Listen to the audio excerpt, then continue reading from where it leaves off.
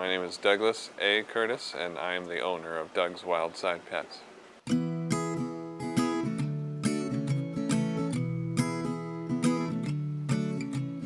I can't look at the rocket launch, the trophy wives of the astronauts, and I won't listen to their words, 'cause I like birds.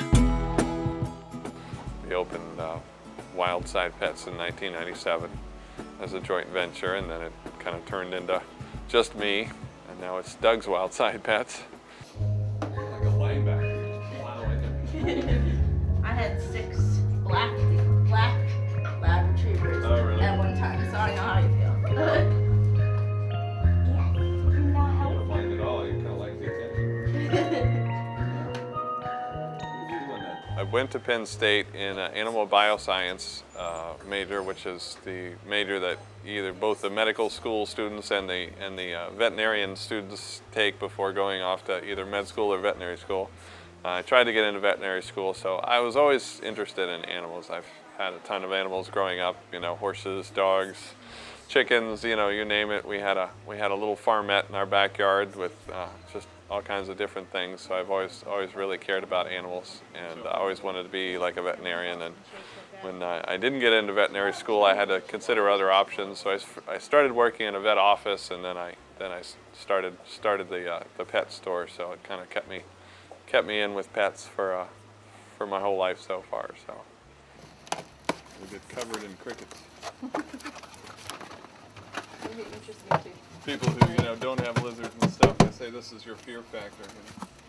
Stick your head in here for 5 minutes. Did a lot of reading about psychology of young, especially young puppies. There's been a lot of books written about how do dogs talk to each other, how do dogs relate to each other. I mean, there's a lot of monks of Newski, and there's a lot of different things, a lot of information that's out there, especially about puppies, and a lot of it I kind of turn around and applied to kittens. There's at least 2 to 3 times as many kittens that are put down at the shelters every year than dogs. The cat that's not been socialized, the cat that just literally was born under the porch and every person that it sees it's just terrified of, is probably as crucial, if not more crucial, to try to socialize that and bring it into a home, because otherwise it's, if it can't be socialized, I mean, literally it just gets put down. The more exposure you get to a young, 3-month-old cat or dog, just the more relaxed they're going to be about everything. So.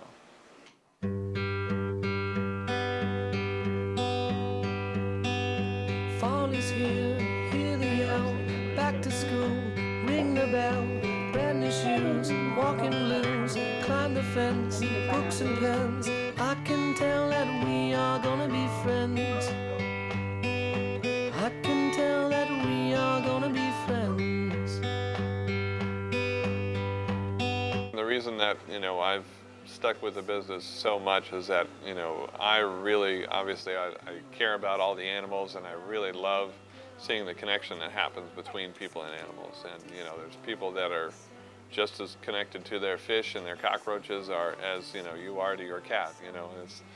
There is, something about, pets that literally, help us to cope and get through the day sometimes. So it's kind of talking to people, helping people out, I think that's, what I enjoy the most is, having someone come in and say, hey, my fish are dying, what's going on? Or, hey, my puppy's, throwing up, what's going on, and just trying to help people to really, not only, get the best pets, that we can get, from different local breeders and through our socialization programs, literally send home the puppy that, you've always dreamed of. All of those things, I obviously really enjoy, getting people to get the most, to get the best things out of their pets, whether it's a fish tank or a puppy. Well, I like birds.